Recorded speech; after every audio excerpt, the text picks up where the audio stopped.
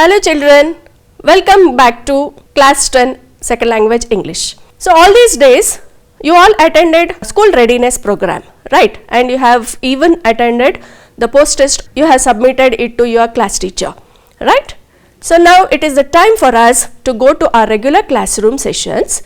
So today we'll start our regular session. So before going to the class, I just want to ask you something. So usually you will get the vacation after your final exams, right? What do you do in your vacation? How do you enjoy your vacation? So you enjoy your vacation in many ways, right? You might have played with your siblings. You might have played with your friends. That is, you might have played many games like volleyball, football, cricket, right? And many of you might have been to fishing. Those who are residing in coastal areas, you enjoy fishing. And then many of you have been to summer camps. So in summer camps, you enjoyed with your friends, you made new friends, and you have learned many new things.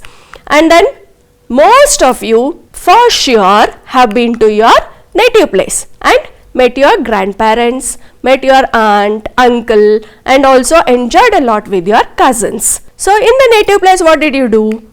You might have visited your farm, enjoyed or learned about many farming activities that takes place there. And you might have talked a lot, discussed a lot with your grandpa. And the most memorable moment, the most enjoyable moment is the story time, that is the story told by your granny. So your granny is a bundle or a treasure house of stories, right? So you all enjoy the stories told by your granny. And also, what did your granny do? Your granny will prepare delicious food for you people, for all the grandchildren. So you all relish the delicious food prepared by your granny, right? So this is how you enjoy with your grandpa and grandma. So now let us know, how did the poet Ruskin Bond describe his grandma in the poem Grandma Climbs a Tree? So this poem, Grandma Climbs a Tree, is composed by the poet Ruskin Bond. Shall we read the poem now? Grandma Climbs a Tree, composed by Ruskin Bond. My grandmother was a genius. You would like to know why? Because she could climb trees, spreading or high. She'd be up their branches in a trice, and mind you, when last she climbed a tree, she was 62. Ever since childhood, she'd had this gift for being happier in a tree than in a lift. And though as years went by, she would be told that climbing trees should stop when one grew old, and that growing old should be gone about gracefully, she'd laugh and say, "Well, I'll grow disgracefully. I can do it better." And we had to agree. For in all the garden there wasn't a tree she hadn't been up at one time or another, having learned to climb from a loving brother when she was 6, but it was feared by all that one day she'd have a terrible fall. The outcome was different. While we were in town, she climbed a tree and couldn't come down. After the rescue, the doctor took Granny's temperature and said, "I strongly recommend a quiet week in bed." We sighed with relief and tucked her up well. Poor Granny! For her, it was like a brief season in hell. Confined to her bedroom, while every breeze whispered of summer and dancing leaves, but she had held her peace till she felt stronger. Then she sat up and said, "I'll lie here no longer." And she called for my father and told him undaunted that a house in a treetop was what she now wanted. My dad knew his duties. He said, "That's all right. You will have what you want, dear. I'll start work tonight." With my expert assistance, he soon finished the core, made her a tree house with windows and a door. So Granny moved up, and now every day I climb to her room with glasses and tray. She sits there in state and drinks sherry with me, upholding her right to reside in a tree.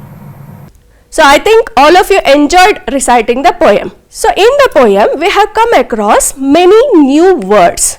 Right. So now let's know the new words. The very first line of the poem goes like this. My grandmother is a genius. Do you know why? So here, what is the meaning of genius? So the poet is calling his grandmother genius. So what does genius mean? Genius means exceptionally intelligent. And then comes another word, in a trice. She'd be up in the branches, in a trice, in the second line of the poem. In a trice means very quickly, very fastly. So to say in Kannada, kannu muಚ್ಚಿ ತೆಗೆಯೋಷ್ಟರಲ್ಲಿ. So we use this phrase. No, kannu muಚ್ಚಿ ತೆಗೆಯೋಷ್ಟರಲ್ಲಿ. In a trice means very quickly she could climb the trees. Or the next phrase which we came across in this poem is hold one's peace. So this phrase comes in 5th stanza. She held her peace until she felt stronger. So hold one's peace means to be quiet, to keep quiet. Silent age iruantaddu, to keep quiet. So next word is undaunted. She called for her son and said undauntedly. So this also appears in stanza 5. Undauntedly. Undauntedly means without hesitation, confidently. So that is the meaning of undaunted. Next comes the word confine. Confine to her bed. So that comes in stanza 4. Confine means restrict oneself or remain in a particular place for some time. Next word is core. So this word appears in the last stanza. With my expert assistance, he soon finished his core. Core means task or work. And the next word is uphold. Upholding her right to stay on the tree. Uphold. Uphold means to confirm or to make something clear. So these are the new words which we came across in this poem. So these words and the phrases which we came across now, that you can use in your everyday conversation. So now shall we discuss about the poem? So we have recited the poem, we came to know or we learned the meanings of different new words which we came across in this poem. Now let us understand the poem. When we recited the poem, the poet in the beginning of the poem says that my grandmother is a genius. So why did the poet call his grandmother a genius? Because what was the speciality of that granny? She could climb any kind of tree, whether it is spreaded or tall, even at the age of 62 years. So what is the age of the granny here? The granny is 62 years old and she could climb up any kind of tree, whether it is a spreaded tree or a tall tree. So that's why poet calls his grandmother a genius. Grandmother climbs the tree, right? Even at the age of 62, she climbs the tree. But who taught her to climb the tree? When did she learn it? Her brother. Granny's brother taught her to climb the tree when she was 6 years old. So when she was very small, when she was only 6 years old, she was taught to climb the trees by her brother. And did she like to climb the trees? Yes, she would like to climb the trees. Here in the poem it says that she would be happier in a tree than in a lift. Then what about the family members? What did the family members suggested her? They suggested her to stop climbing the tree and grow old gracefully. It doesn't suit the old people to climb the trees. So stop climbing the trees so that you can grow old gracefully. So this was the suggestion given by the family members to the grandmother. So why did they suggest like this, and what was the fear of the family members? The family members feared that if Granny doesn't stop climbing the trees, she may fall from the tree one day because she is very old. They feared that she would fall one day if she doesn't stop climbing the trees. But what happened? What did Granny do when nobody was there at the home? So when no one was there at home, what happened? The Granny climbed a tree, but she couldn't come down. Anyhow, she climbed the tree, but she could not come down the tree. So that was the problem. She was held up at the tree. Then what happened? Then family members managed to rescue her, and after her rescue, they called for a doctor. So what did the doctor tell? What did the doctor recommend Granny? The doctor, he took her temperature and recommended 1 week's bed rest. So was Granny happy? What is the feeling of the family members? The family members were relieved that for at least 1 week, Granny would not be doing any adventure of climbing the trees. So, but what about Granny?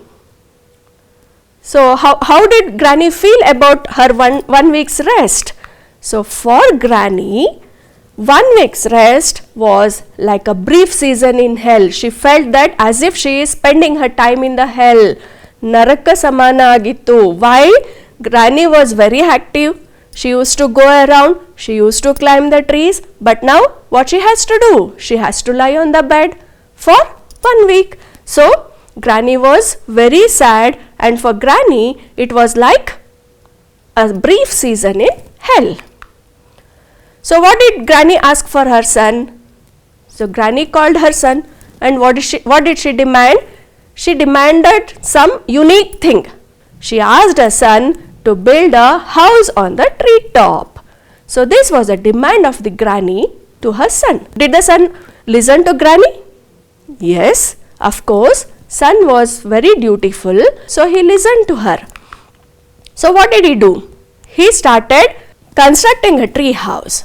But who assisted the son to complete the task? It is the poet Ruskin Bond. Who is Ruskin Bond? Ruskin Bond is the grandson of that Granny. And Granny asked whom? Granny asked poet's father to build her a tree house. So the poet assisted his father to build a tree house for his Granny. So here in the poem, one line says, the dutiful son. How can you say that Granny's son was dutiful? So Granny's son or the poet's father made a tree house with door and windows for his mother. When Granny asked that she wanted a tree house, immediately son fulfilled her wish. Now Granny's wish is fulfilled, right? Granny had a beautiful tree house. So how did she enjoy her life? So Granny, after she was recovered, what did she do? She moved up the tree house, and every day, what did the poet used to do? The poet used to climb the tree house with food and drink, and there both of them, Granny and the grandson, enjoyed the glass of sherry. So Granny enjoyed her life on the tree house. So did you enjoy the poem, children? So here really Granny is genius, right? So can you recall something about your Granny or Grandpa? So this is about the poem. I think all of you have understood the poem and also enjoyed the poem. So now can we appreciate the poem? So the poems are very beautiful. You like to read the poems, right? So why do you like to read the poems? Because when you read the poems, you come across rhyming words. So in the poems, you come across rhyming words. What are the rhyming words? Rhyming words, when we pronounce them, they end with the same sound. So the words end with the same sound. Usually, rhyming words will be at the end of each line of the poem. So in this poem also we find the rhyming word and we call it as rhyming scheme. So what is the rhyme scheme in this poem? In this poem we find couplet. The rhyme scheme is couplet, that is the last word of every consecutive line rhymes. In some of the poem we see the last word of every alternative line rhymes. So there we call it as A, B, A, B. But here in the couplet we see A, A, B, B, C, C. Here I have written A, A, B, B, C, C. Why? Because in the stanza we have 6 lines. So first 2 lines rhyme each other, and then third and the fourth line, that is B, B, they rhyme each other, and next 5th and the 6th line, that is C, C, they also rhyme each other. So here we call it as couplet. Can we identify the rhyming words in this poem? Children, open page number 18 and we'll do it together. So we'll write the rhyming pairs of rhyming words now. The first pair is Y, high. Second pair, U, 62. Third pair, gift, lift. Next, told, old. And then gracefully, disgracefully. I think all of you are writing with me, right? Or you might have marking in your textbook itself. The next pair is agree, tree. Another, brother. And now comes all, fall. Next comes town, down. Well, hell. Said, bed. Breeze, leaves. Stronger, longer. Undaunted, wanted. Right, tonight. Core, door. Day, tray. Me, tree. So I think that's all. We together completed the task of identifying the rhyming words. So please write it in your notebook and show it to your class teacher. Okay, so this is the rhyming words. This is one of the things which makes the poems very beautiful. Next comes another beautiful element which makes the poems more beautiful, even more beautiful, and yes, they are the figures of speech. And in Kannada, what do we call them? Alankaragalu. So what is these figures of speech? They are the poetic devices which make the poems more attractive, more meaningful and catchy. So the first figure of speech, or in this poem we find 2 figures of speech. So the first one here in this poem we learn about simile. So for simile in Kannada we call upamalankara. So what is simile? A simile is a figure of speech that directly compares 2 things using words such as like, as or so. So here we have 2 things which we compare. In Kannada also we have 2 things, upame ಮತ್ತು ಉಪಮಾನದಿಂದ ಹೋಲಿಕೆ ಮಾಡ್ತೀವಿ. So a simile is a figure of speech that directly compares 2 things using words such as like, as or so. So shall we see some examples? So example 1. The boy crept into the house as quiet as a mouse. So the boy is creeping into the house. How is he creeping? Like a mouse. So here the boy's creeping into the house is compared to the mouse creeping. Next example. We are seeing the clouds here and cotton candy. The clouds are fluffy like cotton candy. So here the puffiness of the clouds are compared with the puffiness of cotton candy using the term like. So the clouds are fluffy like cotton candy. What do we see here? We are seeing snowflakes. How are the snowflakes looking? They are looking like the stars. You may say they are looking like stars, right? And even they are shining like the pieces of diamond. So can we see the line now? So the snowflake sparkled like millions of tiny diamonds. So here the snowflakes are sparkling. How they are sparkling?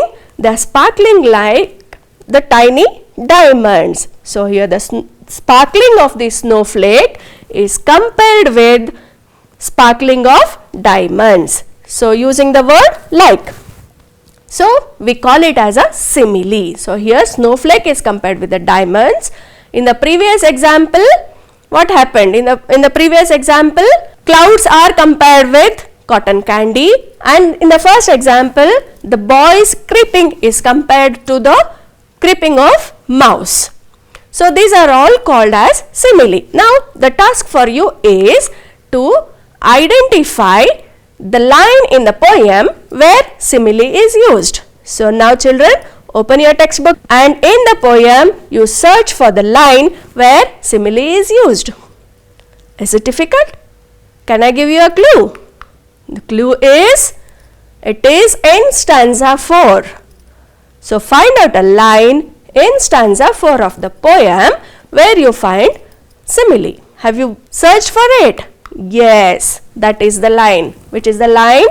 Poor granny. For her, it was like a brief season in hell. So for poor granny, it. What is it here? 1 week's rest. 1 week's rest was like a brief season in hell. So granny is comparing that 1 week's bed rest to a brief season in hell. So the next figure of speech used in this poem is personification. So what is personification? Here we are finding the word personification. Person. Person means a man or a girl or a person. So personification is the figure of speech where human qualities are given to animals, objects or ideas. So can we see some examples? Yes. So in this picture, what do you see? Houses. How are the houses? They are in a line. The houses lined up the street silently watching the people walk by. They are in a line, just like we make a queue. So they are in a line and what they are doing? They are silently watching the people walk by. Silently who watches? Human being. Silently watching attribute is given to the houses, so the houses are personified here. So in this example, next example, the sun peeked happily from behind a cloud. So we see a cloud and from behind the cloud the sun is peeking. And whose quality is this? Who peeks? Usually human beings. So this is the common attribute of the human beings. So sun is peeking like human beings. So the sun speaking is personified here. Next example, the trees danced back and forth in the wind. So the tree is dancing to the wind, right? So how it is dancing? Back and forth. Who dances usually? Human being. So here the tree is dancing in the wind. So tree is personified. So now the task is to identify the line in the poem where personification is used. Shall I give you the clue? Yes, the clue is again you find personification in stanza 4. So come on, go to stanza 4 and find out the line where personification is used. Yes, you are right. The line is, while every breeze whispered of summer and dancing leaves. So the breeze is whispering. What is the breeze whispering? The breeze is whispering of summer and dancing leaves. So here we find two personifications. Breeze whispered. Whispering we do. Right, human beings do. And dancing human beings do. So here two personifications we see. Breeze whispered and dancing leaves. So here the leaves are also personified and the breeze is also personified as whispering of summer and the dancing leaves. This is about figures of speech that we come across in this poem. So did you enjoy it? And In the coming poems, can you identify simile and personification? Surely. I think you have understood it very well so that you can identify simile and personification in whatever the line it comes. Right? Okay. So now, today what we did? We enjoyed the poem. What is a poem? Grandma Climbs a Tree. And who composed it? It is composed by Ruskin Bond. So, shall we know something about Ruskin Bond, children? Yes. So, this poem is composed by Ruskin Bond. And who is this Ruskin Bond? He was born on 19th May 1934. He is an Indian author of British descent. His forefathers are British, but he lives in Landor, Missouri in India. The Indian Council for Child Education has recognized his role in the growth of children's literature in India. He has written more than 30 books for children. So, he is famous for children literature. So, Indian Council for Child Education has recognized his role in the growth of children's literature. He was awarded Sahitya Akademi Award in 1992 for his work Our Trees Still Grow in Dehra. It is his novel in English. So, for this novel, he was awarded Sahitya Akademi Award in 1992. And even he was awarded the Padma Shri in 1999 and the Padma Bhushan in 2014. So, he was awarded 3 awards. Which are the 3 awards? Sahitya Akademi Award in 1992, Padma Shri Award in 1999 and Padma Bhushan in 2014.